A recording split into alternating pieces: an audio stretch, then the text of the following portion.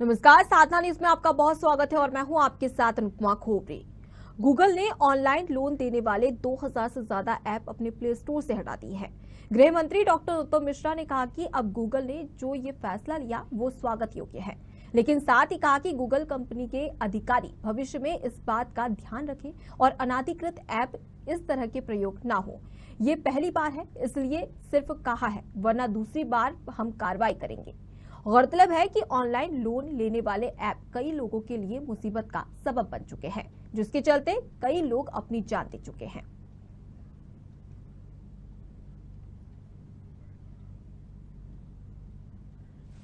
कि लोन से संबंधित सभी अनाधिकृत ऐपों पर कानूनी कार्रवाई होगी।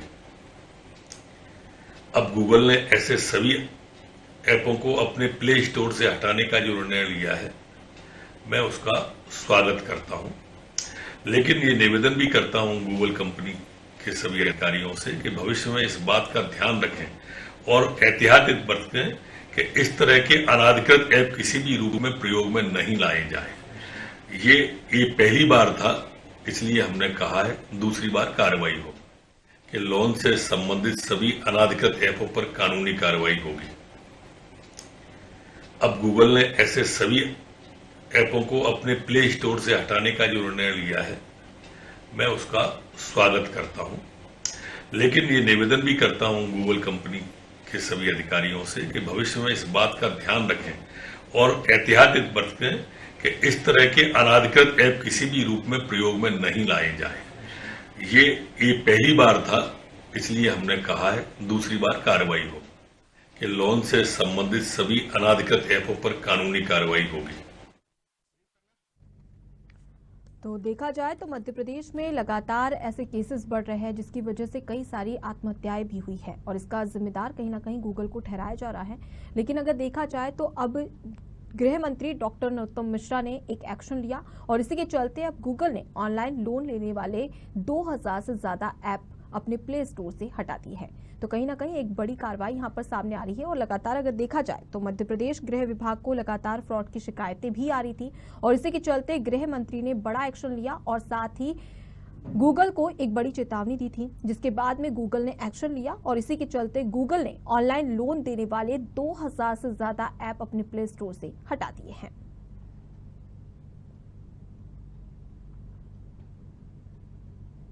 तो वहीं पर अगर देखा जाए तो गृह मंत्री उत्तम मिश्रा ने गूगल के इस एक्शन का स्वागत भी किया है और साथ ही कहा कि भविष्य में ऐसी किसी भी तरीके की बात सामने नहीं आनी चाहिए। ये एक अल्टीमेटम भी गृह मंत्री उत्तम मिश्रा के द्वारा गूगल को दिया गया है।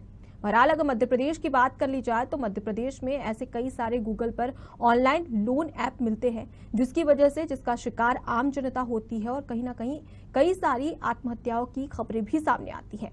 और इसी के चलते मध्य प्रदेश गृह विभाग को लगातार फ्रॉड की शिकायतें आ रही थी, जिस पर गृह मंत्री डॉक्टर उत्तम मिश्रा ने एक्शन लिया, जिसके बाद में गूगल भी सजग हुआ और साथ ही ऑनलाइन लोन देने वाले 2000 से ज्यादा ऐप अपने प्ले स्टोर से हटा दिए हैं।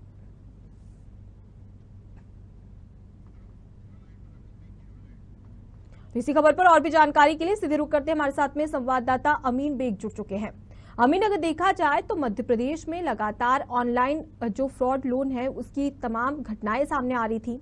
ऐसे में गृह मंत्री ने एक्शन लिया और एक्शन के चलते गूगल ने तमाम जो ऑनलाइन लोन वाले ऐप थे उनमें से 200 से ज्यादा ऐप को प्ले स्टोर से हटा दिया है।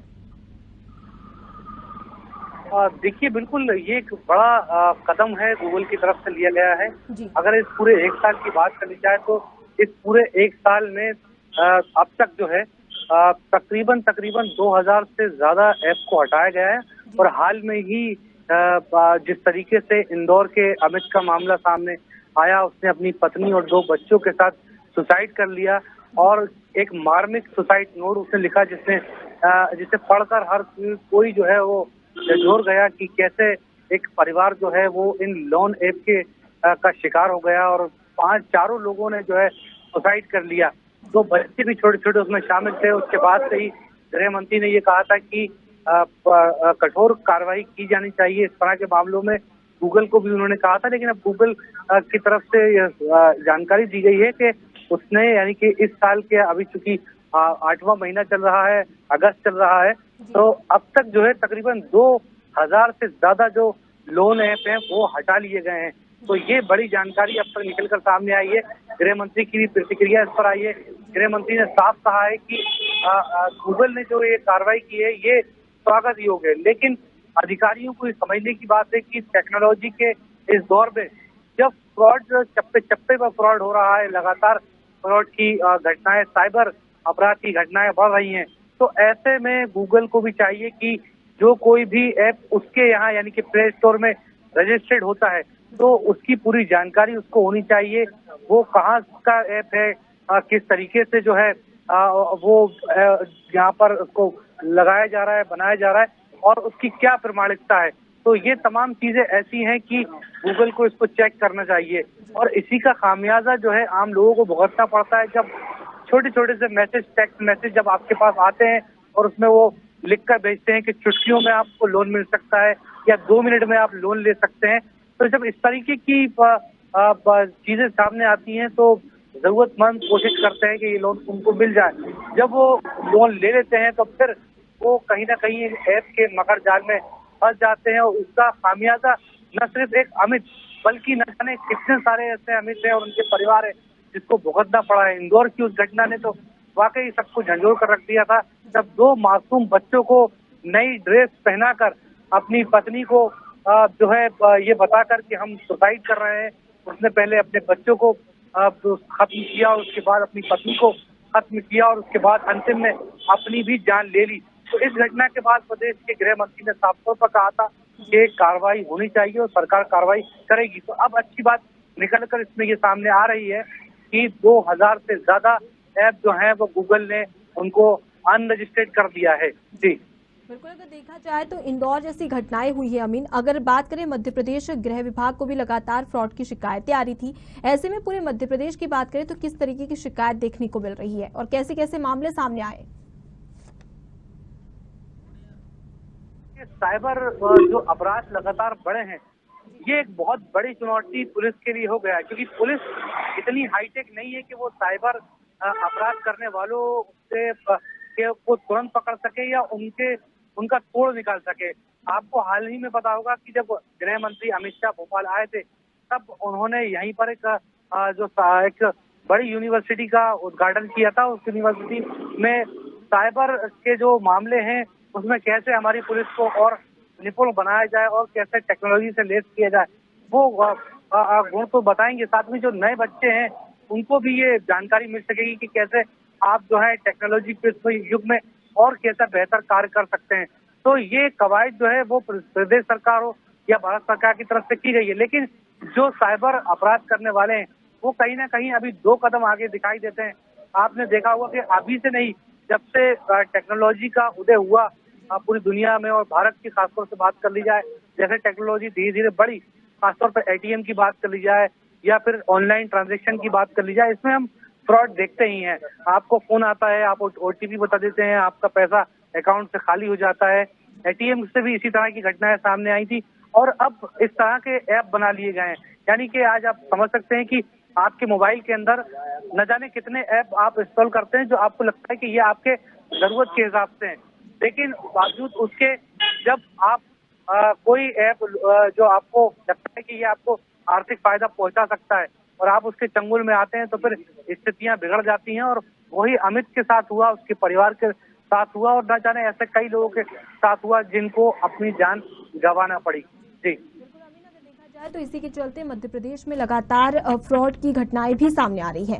अगर बात कर ली जाए गूगल की, तो गूगल ने ऐसी कौन कौन सी गाइडलाइन है जिसका पालन नहीं करने वाले जो प्ले स्टोर से तमाम ऑनलाइन ऐप हमें देखने को मिलते हैं उस पर कार्रवाई की गई है?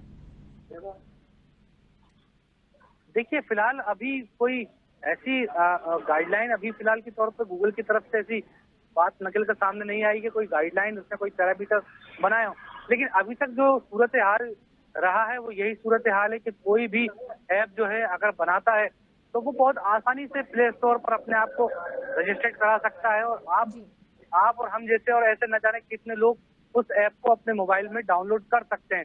तो फिलहाल के तौर पे कोई ऐसी बड़ी गाइडलाइंस अभी तक निकल कर सामने नहीं आई है। पिछले दिनों आपने ये भी सुना होगा कि जो व्हाट्सएप की बातें जो है वो कहीं ना कहीं लीक हो रही हैं। जो हम व्हाट्सएप के जरिए बातचीत करते हैं वो रिकॉर्ड की जा रही है, या फिर हम जो चैटिंग करते हैं वो भी तीसरा व्यक्ति जो है उसको देख पा रहा है। तो ऐसी परिस्थितियों में फेसबुक ने, व्हाट्सएप ने ये जानकारी साझा की थी कि आपकी बातचीत पूरी तरह से सुरक्षित है। लेकिन अगर इस तरीके के सवाल खड़े हो रहे हैं तो कहीं ना कहीं दाल में काला जरूर कुछ ना कुछ है। तो अब वक्त ऐसा आ गया है कि जब खासतौर पर जो गूगल है और भी जो ऐसी कंपनीज हैं जो ऑनलाइन सर्विसेज देती है, तो उनको चाहिए कि वो बेहतर से बेहतर सुरक्षात्मक ऐसे कदम उठाएं जिससे कि किसी के साथ भी फ्रॉड होने से बचा जा सके। जी। लेकिन अमीन, अगर देखा जाए तो गूगल ने हाल ही में कहा कि आरबीआई की गाइडलाइन का पालन नहीं करने वाले तमाम ऑनलाइन ऐप पर कार्रवाई की जाएगी। तो ऐसे में क्या फैसला समझा जाए, क्या गाइडलाइन हो सकती है आरबीआई के अलावा भी? देखिए, अगर मौजूदा परिस्थितियों में इनको समझा जाए तो ये बात सही है कि अभी तक तो कोई गाइडलाइन का पालन होता हुआ दिखाई नहीं दे रहा, लेकिन आरबीआई ने जो गाइडलाइन जारी की है उसका तो फॉलो होना ही चाहिए। लेकिन इसके अलावा और भी कई सारी चीजें हैं कि अगर कोई नई कंपनी आपके पास आती है तो फिर आप ये देखिए कि वो उस कंपनी का बैकग्राउंड क्या है, वो कंपनी किस तरीके से रजिस्टर्ड हुई है, वो आपके प्ले स्टोर पे अपने आप को दर्ज कराना चाहती है तो पहले आपको उसका उसका खाता भी देखना होगा कि उसके पैरामीटर्स क्या क्या है। क्या ऐसा तो नहीं है कि 4 लोगों ने मिलकर फ्रॉड करने के लिए ये कंपनी बना ली हो? क्योंकि गूगल ऐप यानी कि प्ले स्टोर पर हम जाते हैं, अमूमन आमतौर पर कोई भी व्यक्ति जाता है और जब कोई ऐप उसको देखता है तो वो ये समझता है कि ये ऐप जो है ये प्ले स्टोर का है, ये गूगल का है, तो इसमें फ्रॉड नहीं होगा।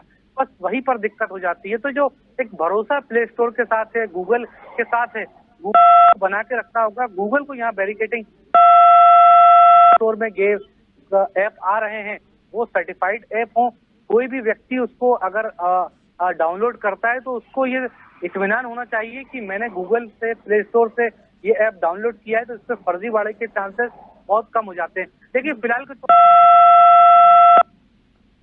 बिल्कुल अमीन, देखा जाए तो ऐसे में लोगों को जागरूक रहने की भी जरूरत है। लेकिन लगातार अगर हम बात करें तो फ्रॉड ऑनलाइन ऐप ऐसे तमाम सारे आते हैं, तो इनसे बचने के लिए लोग अपने आप को कैसे जागरूक करें?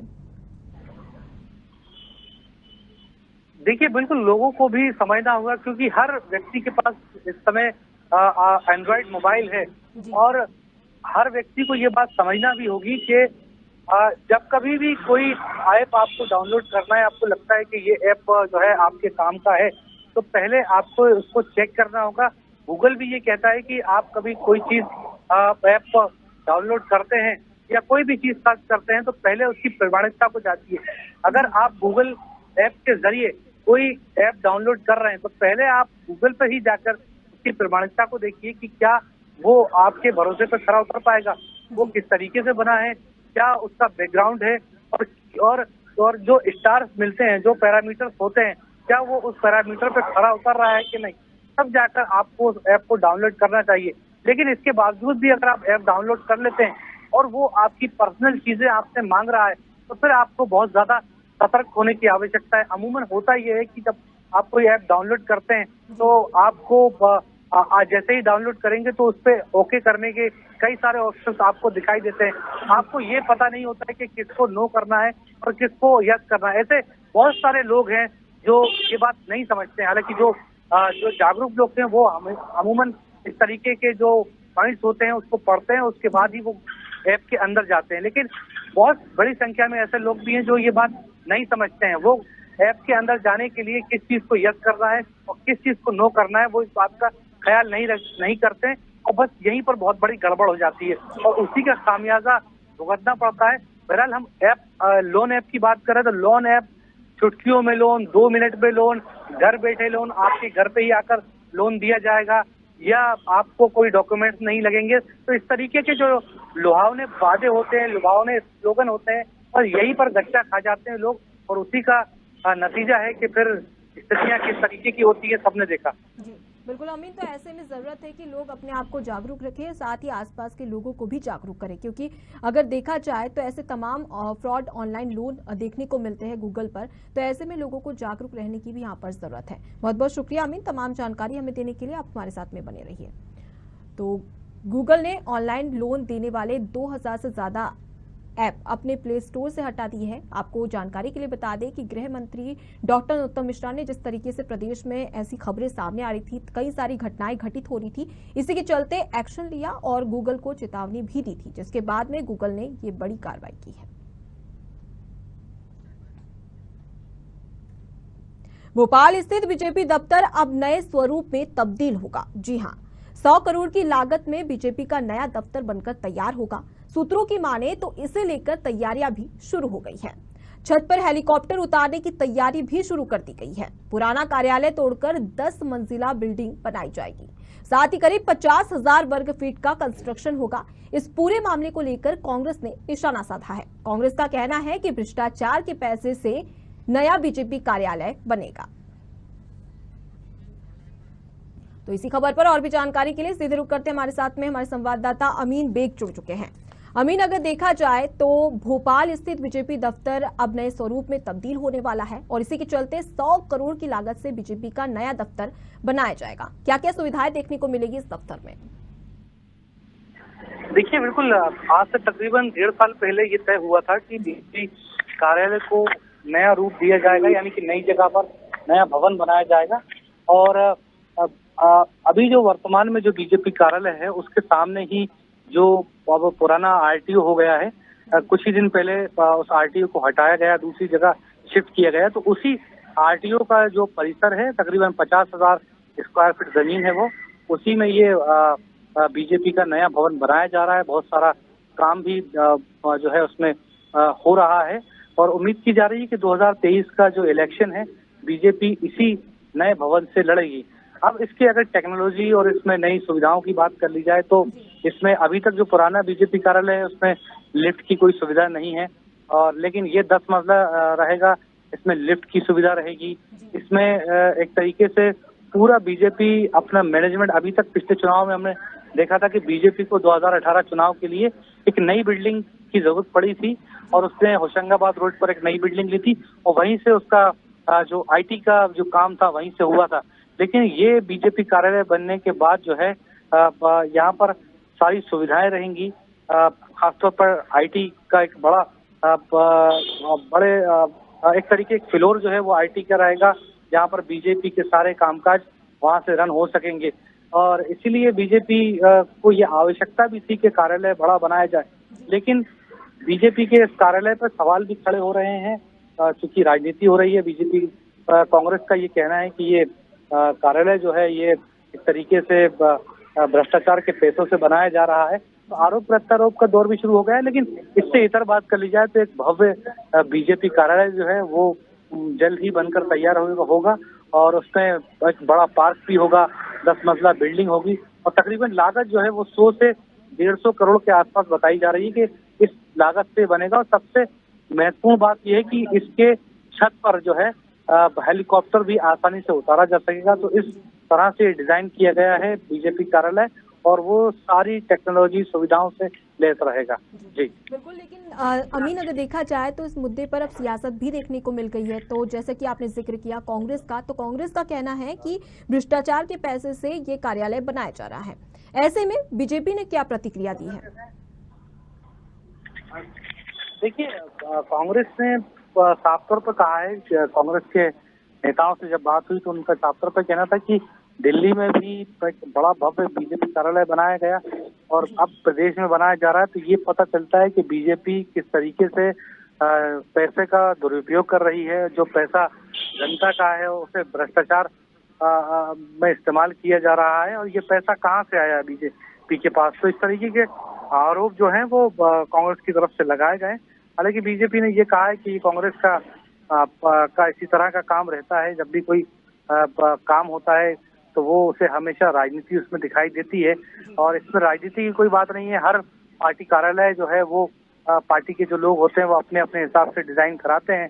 तो बीजेपी का इस पर यही कहना है। लेकिन ओवरऑल देखा जाए तो एक बड़ा बीजेपी कार्यालय होगा। ये मुझे लगता है कि जो जानकारी हमारे पास है कि ये अब तक का सबसे बड़ा प्रदेश, किसी भी प्रदेश का बड़ा बीजेपी या बड़ा किसी राजनीतिक दल का ये कार्यालय होगा, जहां पर हेलीकॉप्टर भी उतरने की सुविधा रहेगी, जहां पर बड़ा पार्क भी होगा, 10 मंजिला इमारत भी होगी, हर सुविधाओं से वो लेस रहेगा। जी अमीन, अगर देखा जाए तो क्या सिर्फ पार्किंग की और लिफ्ट की समस्याएं की वजह से नया कार्यालय बनाया जा रहा है? बड़ी वजह अगर देखी जाए तो क्या वजह थी जिसकी वजह से 100 करोड़ की लागत का 10 मंजिला जो ऑफिस है वो बनाया जा रहा है? देखिए, पार्किंग की समस्या तो है जरूर, इससे इनकार नहीं किया जा सकता। पुराना जो बीजेपी कार्यालय इस समय जो अभी जो चल रहा है, इसमें पार्किंग की समस्या है, छोटा है। हालांकि कांग्रेस के कार्यालय की बात कर ली जाए, दोनों को कंपेरिजन किया जाए तो कांग्रेस का कार्यालय थोड़ा बड़ा जरूर कह सकते हैं, फ्लोर वाइज वो जरूर बड़ा है, लेकिन वहाँ भी दिक्कतें हैं, वो भी जो है इतना बड़ा नहीं है। पार्क जब कभी भी बैठकें होती हैं तो कांग्रेस कार्यालय में भी पार्किंग की व्यवस्था नहीं हो पाती है ढंग से, रोड पर गाड़ियां आ जाती हैं। लेकिन हम बात बीजेपी की कर रहे हैं तो अभी वर्तमान में जो बीजेपी का कार्यालय बना हुआ है, वहाँ पर जब कोई बड़ी बैठक होती है तो कारें जो गाड़ियां हैं जो वहाँ भी सड़कों पर लग जाती हैं। तो अब ऐसा कार्यालय बनाने की कोशिश यहाँ पर की जा रही है कि अगर कितनी भी बड़ी बैठक बीजेपी कार्यालय में आयोजित कर ली जाए, चाहे वो पन्ना प्रमुख से लेकर जिला अध्यक्षों तक कार्य समिति की बैठक भी अगर आयोजित करनी हो, तो इतनी बड़ा स्पेस होना चाहिए कि सभी गाड़ियां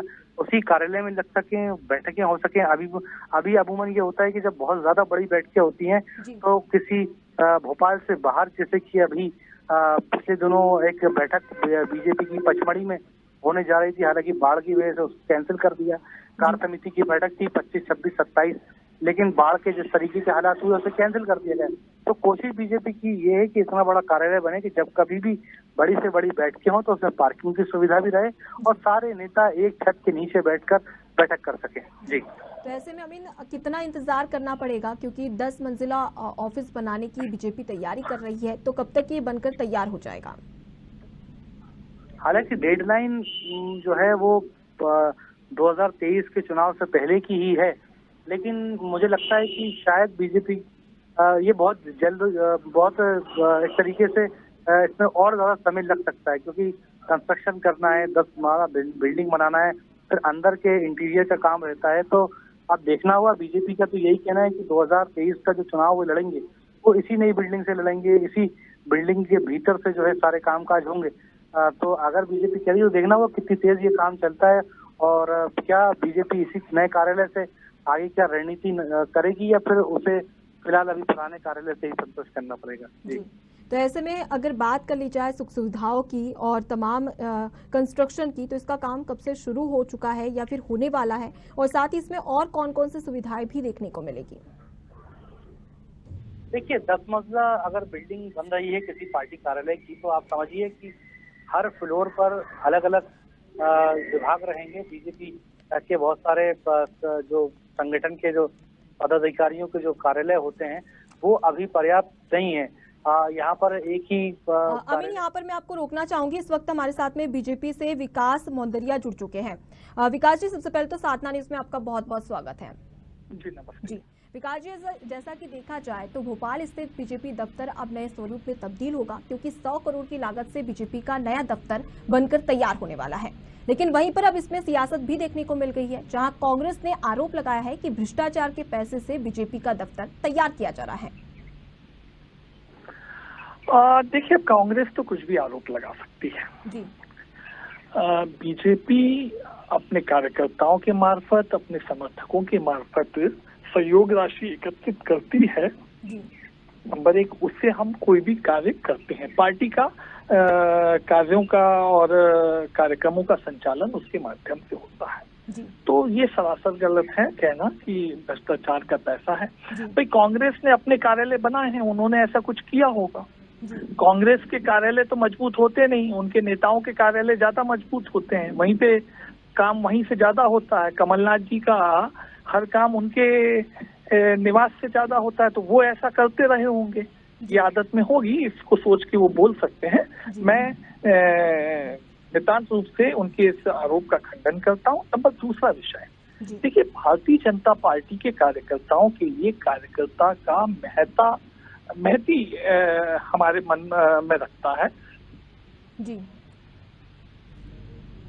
बिल्कुल विकास जी, अगर देखा जाए तो अब इस दफ्तर का हर किसी को तमाम ऐसे कार्यकर्ता होंगे और मंत्री विधायक होंगे जिनको इंतजार होगा, क्या क्या व्यवस्थाएं यहाँ पर देखने को मिलेगी इस नए दफ्तर में? विकास जी, आप तक मेरी आवाज पहुंच रही है? इसलिए आज की वर्तमान की आवश्यकता अनुरूप उसका विस्तार भी जरूरी है। वो काम हमेशा से होता रहा है। परिवर्तन तो देखिए हमेशा बिल्डिंग डिजाइन में होता ही रहा है, और जैसा जैसा जरूरत पड़ रही है वैसा वैसा हम विस्तार कर रहे हैं। तो उसमें मुझे लगता है कि कांग्रेस को राजनीति जो है जनता के सरोकार की करनी चाहिए, ना कि भारतीय जनता पार्टी के कार्यालयों की।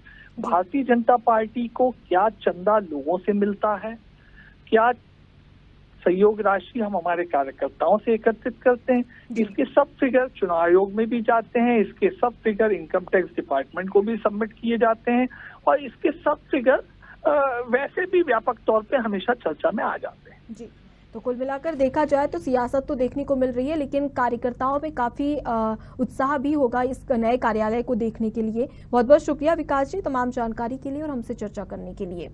तो राजधानी भोपाल स्थित बीजेपी दफ्तर अब नए स्वरूप में तब्दील होगा, क्योंकि 100 करोड़ रुपए की लागत से बीजेपी का नया दफ्तर बनकर तैयार होगा। सूत्रों की माने तो उसे लेकर तैयारियां भी शुरू हो चुकी है और कहा जा रहा है कि 2023 का जो विधानसभा चुनाव का जो आगाज होगा वो बीजेपी इसी नए दफ्तर से करेगी। अगर जानकारी के लिए आपको बता दें कि जो पुराना कार्यालय है वहां पर पार्किंग की काफी समस्या है, लिफ्ट की काफी समस्या है। ऐसे में जो नया 100 करोड़ 10 मंजिला ऑफिस बन रहा है उसमें तमाम जो सुविधाएं हैं वो भी देखने को मिलेगी। बहरहाल मुझे दीजिए इजाजत, देखते रहिए 7 न्यूज़। नमस्कार।